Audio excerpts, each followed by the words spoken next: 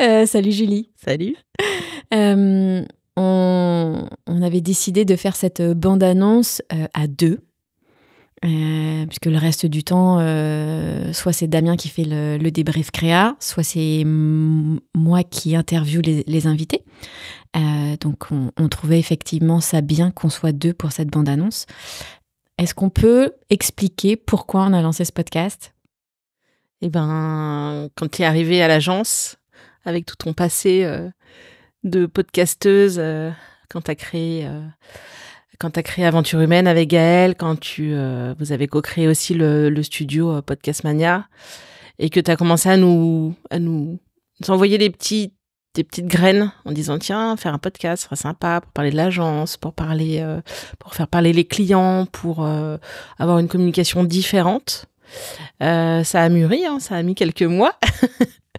mais en fait pas tant que ça, parce que ça fait que 6 mois que t'es là, et en vrai le temps que les choses mûrissent, et puis c'est un investissement en temps, en argent, donc il fallait aussi décider d'avoir envie de mettre le budget dans ce genre de communication qui est assez différente, je pense, de ce qui est fait par d'autres, et en fait moi je suis convaincue que c'est la bonne idée pour faire rayonner nos clients sur les ondes et ailleurs, quoi. En fait, c'est vrai que le constat, il est quelques semaines après mon arrivée. J'ai beaucoup observé. Je suis plutôt d'un tempérament qui pose beaucoup de questions. Et en fonction des clients, c'est vrai que le constat qu'on avait tous fait, c'était... finalement, on les connaît pas si bien que ça. Nos clients, ils nous sollicitent, on répond à leurs demandes. Mais humainement parlant, que ce soit notre interlocuteur ou notre interlocutrice, ou l'entité qu'il y a derrière, finalement, on avait du mal à expliquer un petit peu leur métier, leurs compétences.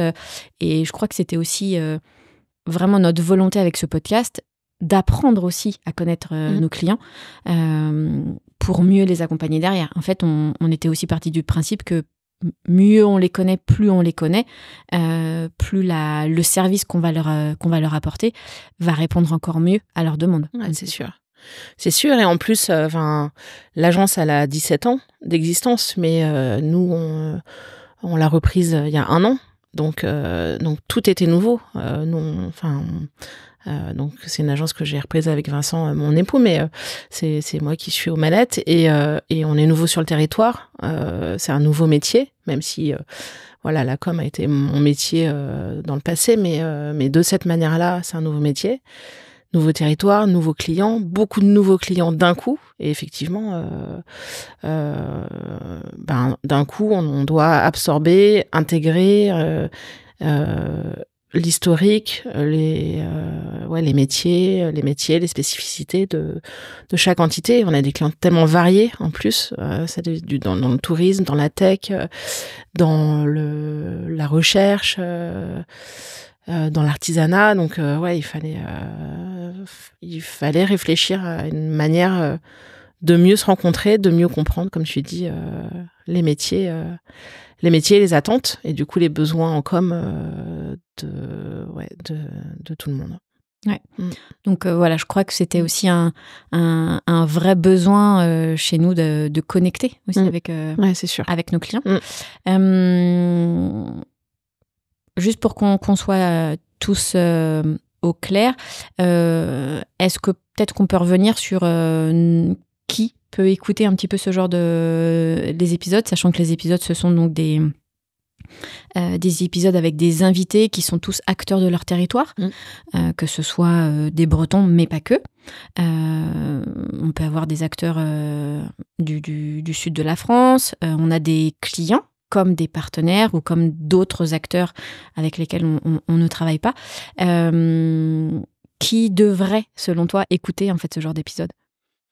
On a beaucoup de clients dans le tourisme, donc on va dire les acteurs du tourisme en général je pense, pourront être vraiment intéressés par ce qui va être dit, aussi bien les offices que les territoires, les agglos, les centres d'attractivité, les pôles d'attractivité et aussi tout ce qui va être vraiment dans l'accueil touristique.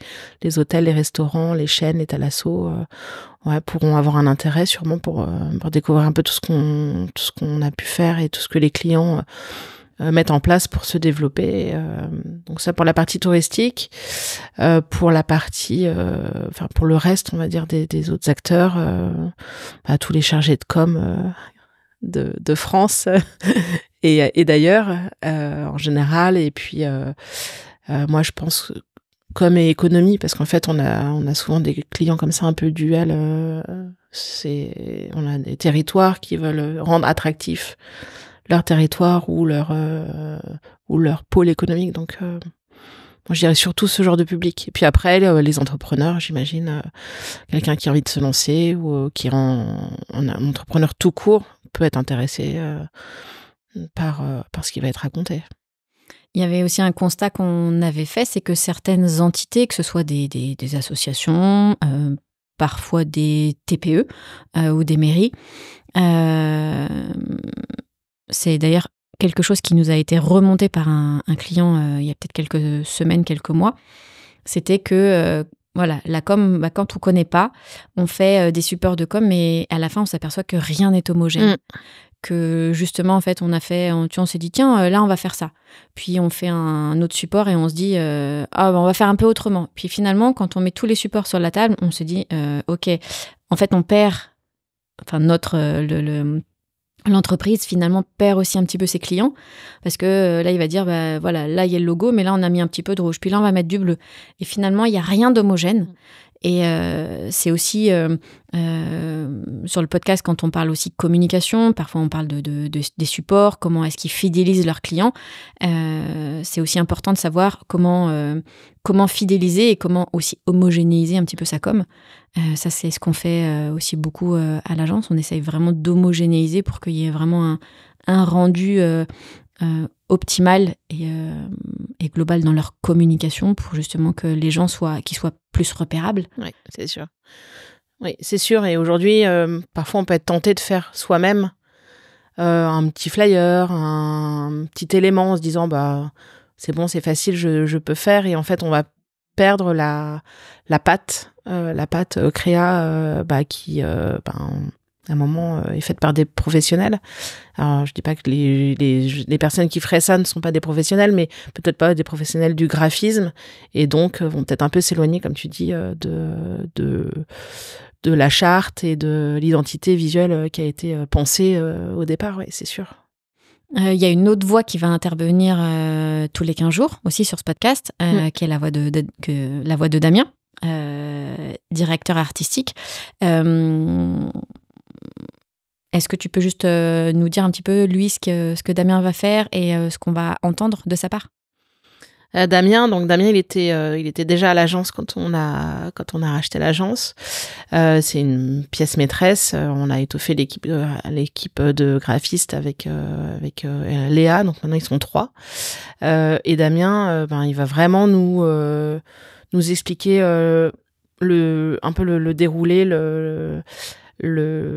la recherche, le comment et le cheminement de l'équipe qui a travaillé sur le projet. Donc, vraiment le cheminement créatif à partir du brief de l'équipe, client. À partir du brief, de brief interne pour essayer de coller vraiment à ce que le client attend. Et donc voilà, ça va être vraiment l'œil des créas. Mais la mise en perspective, la recherche, le comment on arrive au résultat proposé.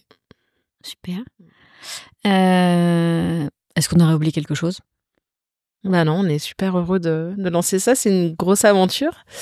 On a hâte de voir un peu si ça va plaire, bien sûr, et si ça va être utile aux personnes qui vont nous écouter, qui j'espère seront nombreuses et variées.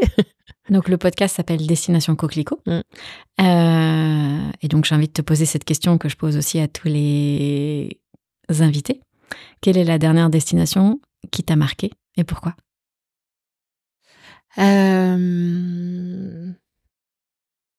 J'ai beaucoup voyagé avant, j'ai pas beaucoup voyagé depuis une dizaine d'années. Mais le fait de revoyager là plus récemment, qu'est-ce qui m'a marqué ? J'ai pas fait de grands voyages pour l'instant vraiment marquants. J'ai fait plutôt des voyages de vacances. Mais mon plus grand voyage, il est aujourd'hui en Bretagne parce que on est parti de la région parisienne il y a 2 ans. On est venu là où on partait en vacances et on a décidé de vivre ici. Donc, je dirais que ma destination, c'est ici, en Bretagne. Cool. Merci Julie.